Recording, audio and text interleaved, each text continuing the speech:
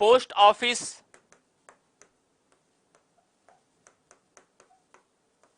जनसंख्या, आम उत्पादन इत्यादि।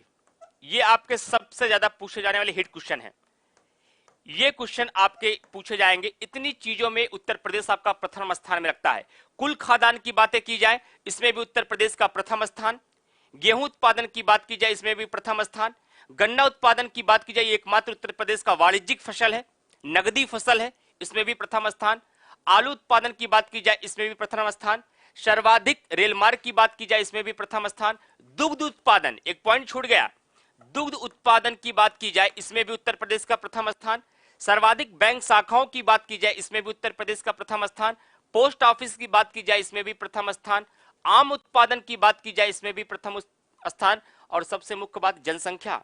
जनसंख्या में एक बात, एक तथ्य बड़ा रोचक लगेगा आपको। मैं कई बार यूपी स्पेशल की क्लास में कहता भी हूं, ये अगर उत्तर प्रदेश को भारत के नक्शे से अलग कर दिया जाए ना, तो चाइना, भारत, संयुक्त राज्य अमेरिका, इंडोनेशिया, इन 4 देशों के बाद पूरे विश्व में उत्तर प्रदेश सबसे बड़ी जनसंख्या वाला देश बन जाएगा। ये जनसंख्या है उत्तर प्रदेश की। जब इतनी बड़ी जनसंख्या को रिप्रेजेंट करता है उत्तर प्रदेश, शायद यही वजह है कि उत्तर प्रदेश के अंदर इतनी चीजों में अगर प्रथम स्थान अगर रखता है उत्तर प्रदेश, तो कोई बड़ी बात नहीं है, और स्थान रखना चाहिए नहीं। तो बहुत खुश होने की जरूरत नहीं है कि हम इतनी चीजों में प्रथम स्थान रख रहे हैं, हमें तो अभी और विकास करने की आवश्यकताएं हैं।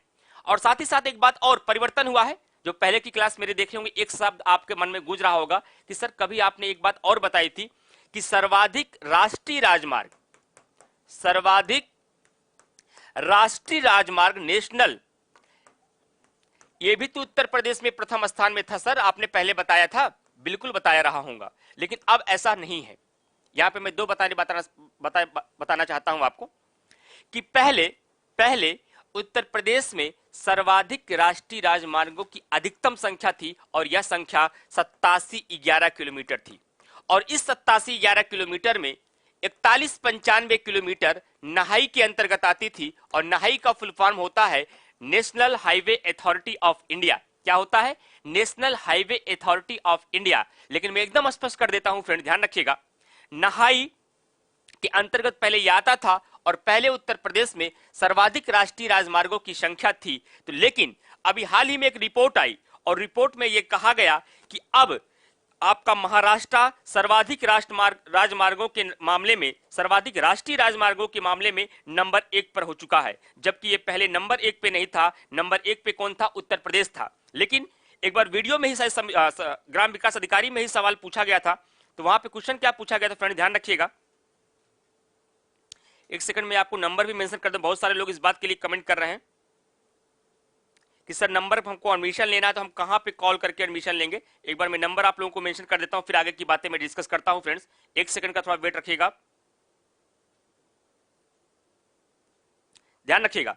बहुत सारे बच्चे इस बात के लिए कमेंट कर रहे हैं कि सर एडमिशन के लिए हमें किस संस्थान पे, किस पे नंबर पे कॉल करना होगा। तो ये नंबर में लिख रहा हूं 882659 और साथ ही साथ 2062। इस नंबर को आप ध्यान से देखिए, 8826592062। इस पर आप लोग कांटेक्ट करके आप अपना एडमिशन ले सकते हैं, जो भी यूपी स्पेशल में एडमिशन लेना चाहते हैं। अगर आपके पास नेट बैंकिंग नहीं है, किसी तरीके से आपको नॉलेज नहीं है इंटरनेट का, तो सारा प्रोसेस आपको बताकर यहां से एडमिशन आपको मिल जाएगा। चलिए अब आगे चलते हैं। जो परिवर्तन हुआ मैं समझाना चाहता हूं। पहले के आंकड़े में क्या था कि सड़क जाल की बात की जाए, सड़कों की लंबाई के मामले में सबसे ज्यादा कहां है, तो महाराष्ट्र था।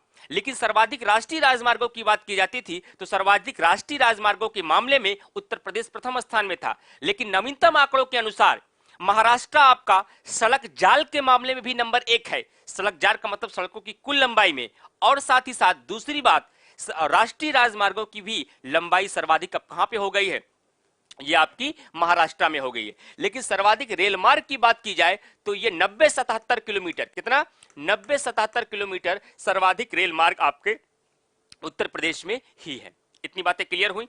अब आगे चलते हैं नेक्स्ट पॉइंट की तरफ, अगले पेज पर। इसका स्क्रीनशॉट लेना चाहते हैं आप ले सकते हैं, और मैं आगे बढ़ूंगा नेक्स्ट पॉइंट की तरफ। और अगला पॉइंट में मैं डिस्कस करना चाहता हूं फ्रेंड्स कि उत्तर प्रदेश के प्रतीक चिन्ह, जो महत्वपूर्ण के उत्तर प्रदेश के प्रतीक चिन्ह आते हैं उस प्रतीक चिन्ह को लेकर सवाल ध्यान रखिएगा। जैसे उत्तर प्रदेश का राजकीय पुष्प क्या है? उत्तर प्रदेश का यदि राजकीय पुष्प की बात की जाए तो राजकीय पुष्प क्या होगा फ्रेंड्स? उत्तर प्रदेश का जो राजकीय पुष्प है वह टेसु या प्लास है। टेसु या प्लास, इसका नाम आप पहली बार सुन रहे हैं कि इसके पहले भी सुन चुके थे? प्लास को आप आधा पा में भी लिख सकते हैं। ये जो प्लास है फ्रेंड्स ना, जब बहुत पहले आप अपना बचपना याद करिएगा, जो मेच्योर लोग हैं, जब गांव में पहले फुल्की खाते थे या फिर कहीं भी जब तेरही का दावत मिलती थी, जब आप वहां पहुंचते थे खाने के लिए, तो एक ढाक के पत्थर पर आपको खाने के लिए परोसा जाता था। वही जो ढाक का पत्ता होता है ना, वो ढाक के जो पत्ते पे जो फूल निकलता है, जो मखमली रेड कलर का होता है, बैक साइड में ब्लैक होता है, उसी को कहा गया टेसु और प्लास। और इसी को हमारा राजकीय पुष्प उत्तर प्रदेश को कहा जाता है। लेकिन यदि राजकीय पक्षी की बात की जाए तो राजकीय पक्षी जो हमारा होता है वह सारस होता है। क्या है? सारस है। इसी सारस को क्रॉच भी कहा जाता है। कई बार बच्चे कंफ्यूज हो जाते हैं, चाहे सारस कहिए चाहे क्रॉच कहिए, ये हमारे राजकीय पक्षी के रूप में है। क्लियर? उसके बाद राजकीय खेल की बात की जाए तो उत्तर प्रदेश का राजकीय खेल भी क्या है? हॉकी है, जो भारत का भी है। और साथ ही साथ नेक्स्ट बात, उत्तर प्रदेश का राजकीय चिन्ह क्या है? तो उत्तर प्रदेश का राजकीय चिन्ह में एक वृत्त है, एक वृत्त है, उसके बाद दो मछलियां हैं, ध्यान रखिएगा। उसके बाद आपका दो मछलियां हैं इस प्रकार से, और एक आपका तीर धनुष है, ध्यान रखिएगा, एक आपका तीर धनुष है। यह पूरा संपूर्ण रूप से उत्तर प्रदेश का राजकीय चिन्ह है। सवाल एक बार पूछा गया, निम्नलिखित में से क्या उत्तर प्रदेश के राजकीय चिन्ह में शामिल नहीं है? और बहुत सारे लोगों ने क्या जवाब दिया पता है फ्रेंड? बहुत सारे लोगों ने उसमें ऑप्शन में लिखा था एक वृत्त, तीर धनुष, मछलियां और मोर। लोगों ने कहा मोर तो यार बचपन में सुन रहे हैं, मोर भाई राजकीय पक्षी है भारत का, ये इसमें नहीं होगा। उत्तर प्रदेश के राजकीय चिन्ह में क्या कहा गया कि इसमें एक वृत्त है, दो मछलियां हैं और एक तीर धनुष है। क्लियर? अब इसके आगे चलते हैं फ्रेंड्स। तो राजकीय अगर वृक्ष पूछा जाए तो आपका बरगद है। एक सवाल कभी कभी यहां से और भी बन सकता है। और उसके बाद प्रतीक को लेकर इससे ज्यादा सवाल आपके एग्जाम में नहीं बनते। हाँ, उत्तर प्रदेश के विभिन्न समयों में उत्तर प्रदेश के अलग अलग नाम रहे हैं, उन नामों को लेकर उत्तर प्रदेश के सवाल बहुत पूछे जाते हैं, उसको मैं एक बार डिस्कस करना चाहूंगा। उत्तर प्रदेश के विभिन्न नाम, उत्तर प्रदेश के, याद है कि आप लोग भूल चुके हैं उत्तर प्रदेश के विभिन्न नाम। तो आप कहेंगे सर उत्तर प्रदेश के विभिन्न नाम का मतलब क्या है? हम तो उत्तर प्रदेश ही जानते, क्या इसका पहले नाम कुछ और भी था? बिल्कुल अलग था। 1836 से लेकर 1836 से लेकर के 1877 तक इसको अलग नामों से जाना गया, और 1877 से लेकर के 1937 तक इसको अलग नामों से जाना गया, और 1937 से लेकर के 24 जनवरी 1950 तक इसको अलग नामों से जाना गया, और 24 जनवरी 1950 से लेकर अब तक इसे अलग नाम से जाना जाता है। ये जो विभिन्न बदले हुए नाम है ना, यहां से परीक्षा में सवाल पूछे गए हैं, तो ध्यान रखिएगा। 1836 से लेकर 1877 तक इसे उत्तर पश्चिम प्रांत के नाम से जाना जाता था। पश्चिमी प्रांत आप कह सकते हैं, सीधा सीधा इसे पश्चिमी प्रांत के नाम से जाना जाता था। पश्चिमी प्रांत के नाम से जाना जाता था, जहां कई कई किताबों में उत्तर पश्चिम प्रांत भी लिखा रहता है।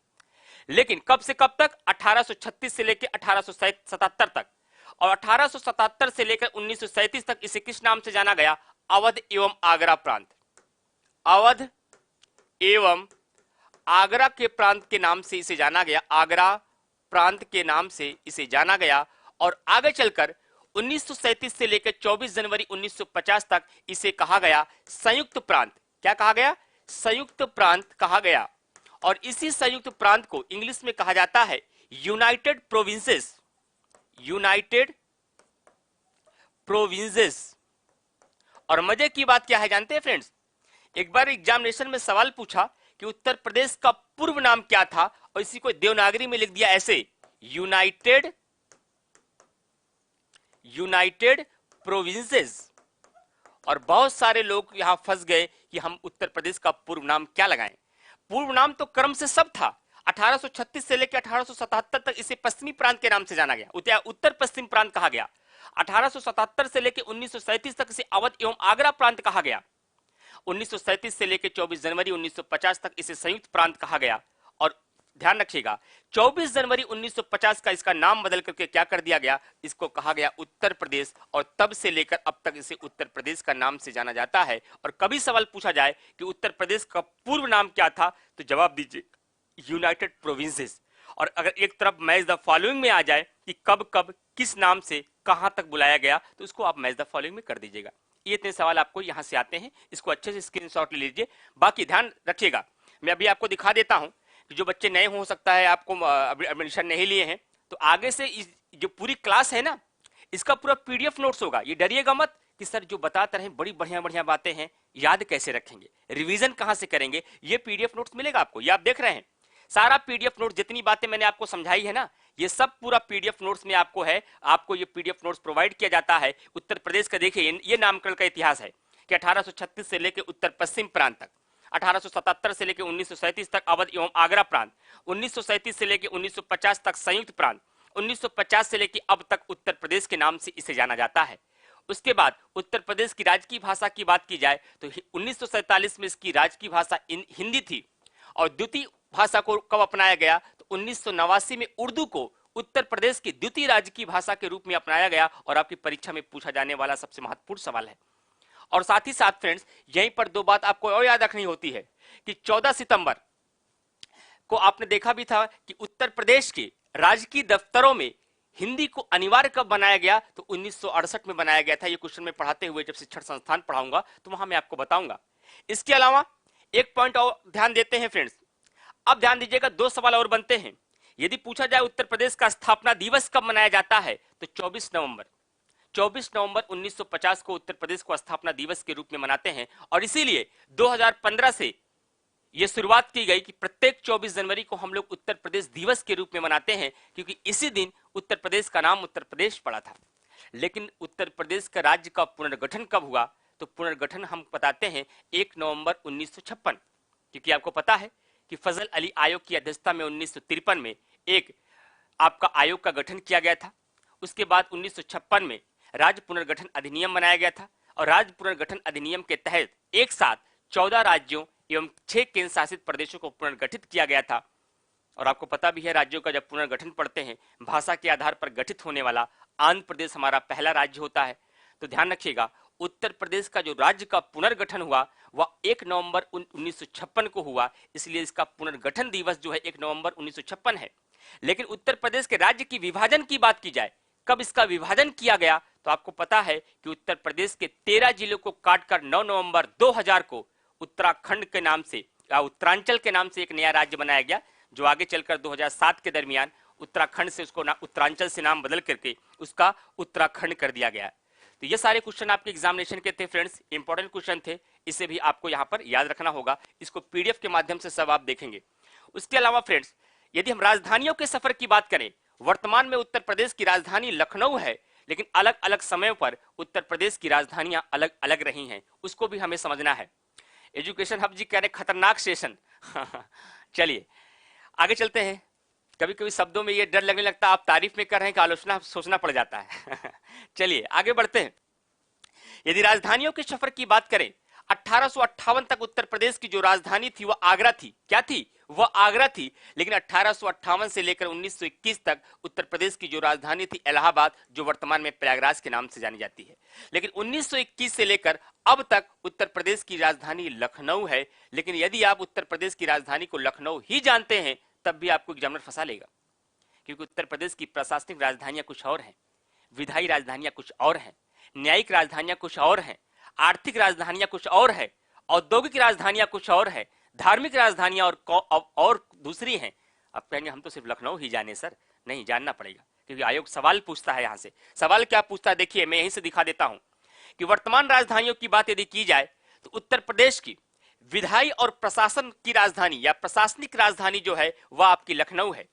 लेकिन उत्तर प्रदेश की न्यायिक राजधानी की बात की जाए तो जैसा कि आपको पता है कि उत्तर प्रदेश का जो हाई कोर्ट है, जो इसका उच्च न्यायालय है वह आपका प्रयागराज में है, इसलिए इसकी न्यायिक राजधानी आपकी प्रयागराज मानी जाती है। लेकिन इसकी धार्मिक राजधानी की यदि बात की जाए तो धार्मिक राजधानी इसकी वाराणसी होती है। लेकिन औद्योगिक एवं आर्थिक राजधानी की बात की जाए तो उत्तर प्रदेश की औद्योगिक एवं आर्थिक राजधानी आपकी कानपुर की है। जिस तरीके से सेशन की शुरुआत आज आपने देखी है, लास्ट तक आपकी इसी तरीके से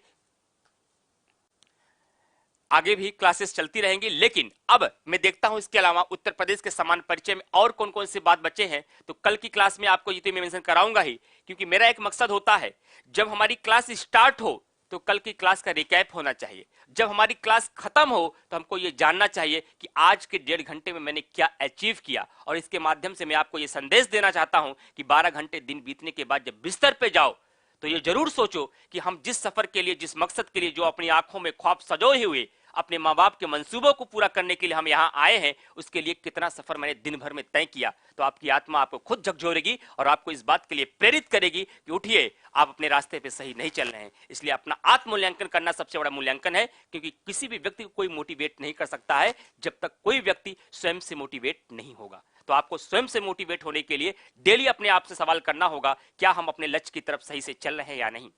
तो एक बार मैं शॉर्ट क्विक रिवीजन करता हूं केवल 10 मिनट में, उसके बाद आज की क्लास में विदा होऊंगा। और जितने भी लोग हैं अगर वाकई यूपी स्पेशल को इसी तरीके से पढ़ना चाहते हैं तो जो नंबर मैंने आपको मेंशन करके बताया है, अभी एक बार मैं डिस्कस और कर दूंगा लास्ट में, उस पर कॉन्टेक्ट करके सभी लोग एडमिशन लीजिए। जितने में एक किताब जाकर 2 आप लेते हैं उतने में पूरा यूपी स्पेशल के साथ आप खेलेंगे, अच्छे से समझेंगे, एक पढ़ने का तरीका डेवलप होगा। यदि यूपी स्पेशल को पढ़ने का तरीका डेवलप हो गया तो आप बिहार स्पेशल भी पढ़ लेंगे, एमपी स्पेशल भी पढ़ लेंगे, राजस्थान स्पेशल भी पढ़ लेंगे, अपने आप से पढ़ लेंगे। बस एक बार तो आपको आइडिया लग जाए कि किसी स्पेशल को पढ़ते कैसे हैं। चलिए, तो सबसे पहले मैंने शुरुआत की थी उत्तर प्रदेश का आकार हमारा कैसा है, तो उत्तर प्रदेश का आकार हमारा लंबवत है। उत्तर प्रदेश की पूरब से पश्चिम की लंबाई, मेरे साथ आवाज से आवाज मिला के बोलिएगा, जितने भी मेरे बिगिनर स्टूडेंट्स हैं ये एहसास करिए कि आपका आईक्यू लेवल इस लेवल पे है कि नहीं कि 1 घंटे की क्लास या 1.5 घंटे की क्लास करने के बाद सारी चीजें आपको याद हो पाई या नहीं। जब उसका जवाब ना मिले उसे नोट कर लीजिएगा, उसका बाद में रिवीजन करिएगा। मैं पूरा रिवीजन करता हूं क्लास, जो मैंने 1.5 घंटे में पढ़ाया केवल 10 मिनट में, 5 मिनट में। तो उत्तर प्रदेश का आकार लंबवत है। उत्तर प्रदेश की पूरब से लंबाई, पश्चिम से लंबाई 650 किलोमीटर। उत्तर प्रदेश की उत्तर से दक्षिण की लंबाई 240 किलोमीटर। उत्तर प्रदेश से निम्नलिखित 8 राज्य लगे हैं। एक केंद्र शासित प्रदेश लगा है, कौन सा? दिल्ली। एक देश लगा है, कौन सा? नेपाल। उसके बाद मैंने बताया कि उत्तर प्रदेश का सबसे पूर्वी जिला कौन सा है, वह बलिया है। सबसे पश्चिमी जिला कौन सा है? शामली है। सबसे उत्तरी जिला कौन सा है? देखिए नक्शे में ऊपर, सहारनपुर है। और सबसे दक्षिणी जिला जो उल्टा सी बना है वह कौन है? सोनभद्र है।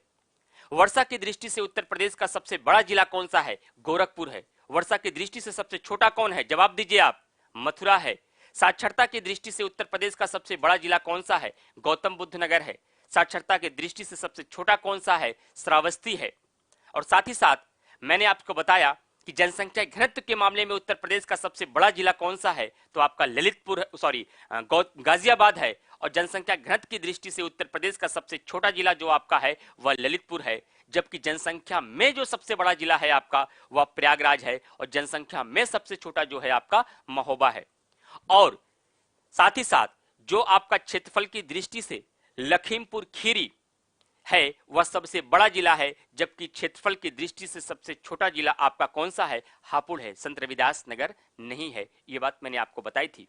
फिर मैंने बताया था कि उत्तर प्रदेश से कौन किस किस राज्य से कितने जिले लगे हैं, तो उत्तराखंड से बोलिए 7, बिहार से 7, नेपाल से 7, हिमाचल प्रदेश से 1, छत्तीसगढ़ से 1, झारखंड से 1, मध्य प्रदेश से 11, राजस्थान से 2, दिल्ली से 2, हरियाणा से 6।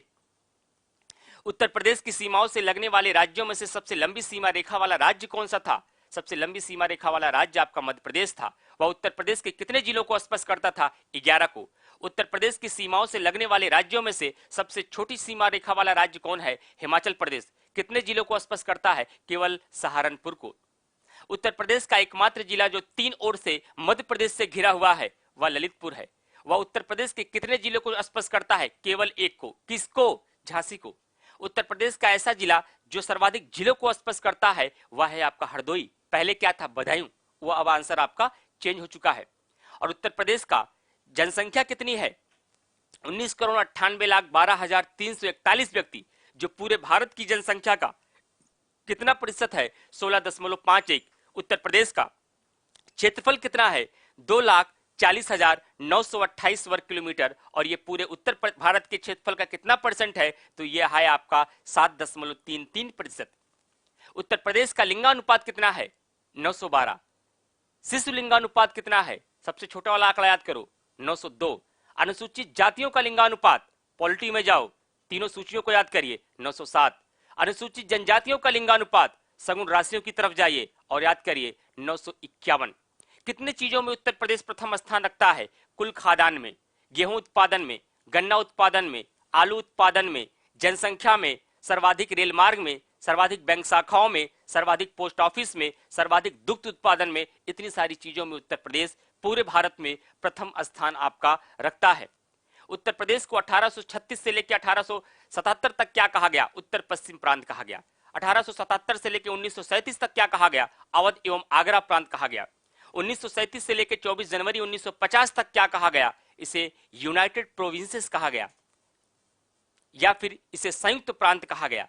और 24 जनवरी 1950 से इसे क्या कहा जाता है? उत्तर प्रदेश। और तब से लेकर आज तक हम इसे उत्तर प्रदेश के नाम से ही जानते हैं। और उत्तर प्रदेश राज्य का पुनर्गठन कब हुआ? 1 नवंबर 1956 को। उत्तर प्रदेश राज्य का विभाजन कब हुआ? 9 नवंबर सन 2000 को, जब उत्तर प्रदेश के 13 जिलों को काटकर उत्तरांचल नाम का एक नया राज्य का, पहाड़ी राज्य का गठन किया गया था। उसके बाद सबसे लास्ट में मैंने बताया कि उत्तर प्रदेश में राजधानियों का सफर 1958 तक, 1858 तक उत्तर प्रदेश की राजधानी आगरा रही।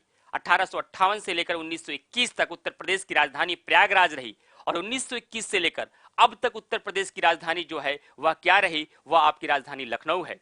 लेकिन उत्तर प्रदेश की धार्मिक राजधानी क्या है? वाराणसी है। उत्तर प्रदेश की आर्थिक और औद्योगिक राजधानी क्या है?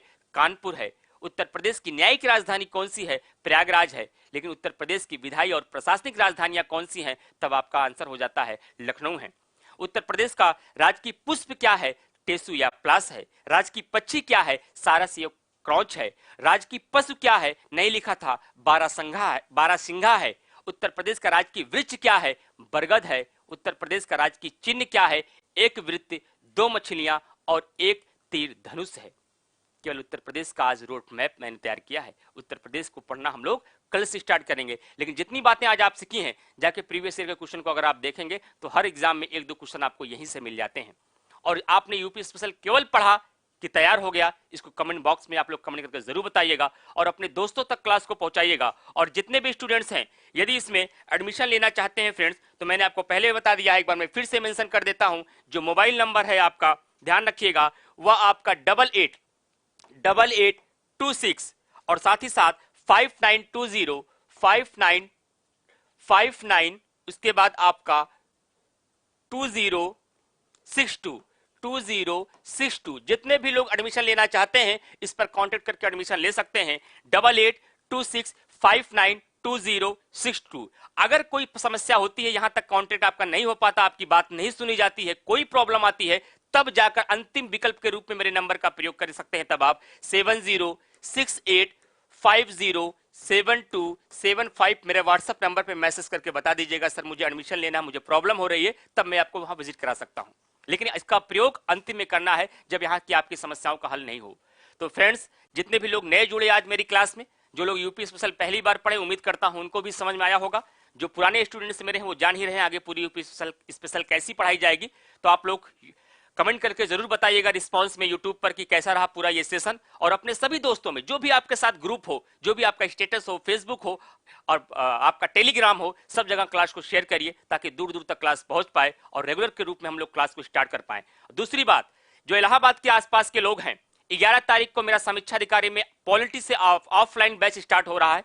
जो लोग ऑफलाइन में पढ़ना चाहते हैं, समीक्षा अधिकारी में अपनी तैयारी को मजबूत आधार देना चाहते हैं, जहां पे आदरणीय डीडी सर के द्वारा हिंदी पढ़ाया जाएगा, हमारे द्वारा पॉलिटी पढ़ाया जाएगा और सभी जीएसओ के विशेषज्ञों के द्वारा अलग अलग विषयों का अध्ययन कराया जाएगा। और एक पूरा कंप्लीट बैच आपको समीक्षा अधिकारी का स्टार्ट किया जा रहा है 11 तारीख से 11:30 बजे ऑफलाइन में। वहां पॉलिटी से क्लास स्टार्ट होगी, तो ज्यादा से ज्यादा लोग उस क्लास में जुड़िए। मिलते हैं आपको कल की क्लास में। कल की क्लास यूट्यूब पर और रहेगी, उसके बाद क्लास उन्हीं को मिलेगी जिनको एडमिशन हुआ रहेगा। फीस इतनी छोटी है, कि कोई ऐसी समस्या नहीं है। वो फीस भी सिर्फ इसलिए रखी गई है ताकि जो एप्लीकेशन चार्जेस हैं वो हो सके। न यहाँ संस्थान अपना चार्जेस कर रहा है, न तो टीचर आपसे अपना चार्ज कर रहा है। टीचर अपना चार्ज और संस्थान अपना चार्ज करेगा तो फीस बहुत होती। केवल ये एप्लीकेशन चार्जेस हैं जो पूरे सिस्टम के लिए एक छोटा सा इन्वेस्टमेंट होता है, उसको अदायगी हो पाए। मिलते हैं कल की क्लास में, लेकिन यूट्यूब पर अपना रिस्पॉन्स आप लोग जरूर बताइएगा। Thank you all of you, take care.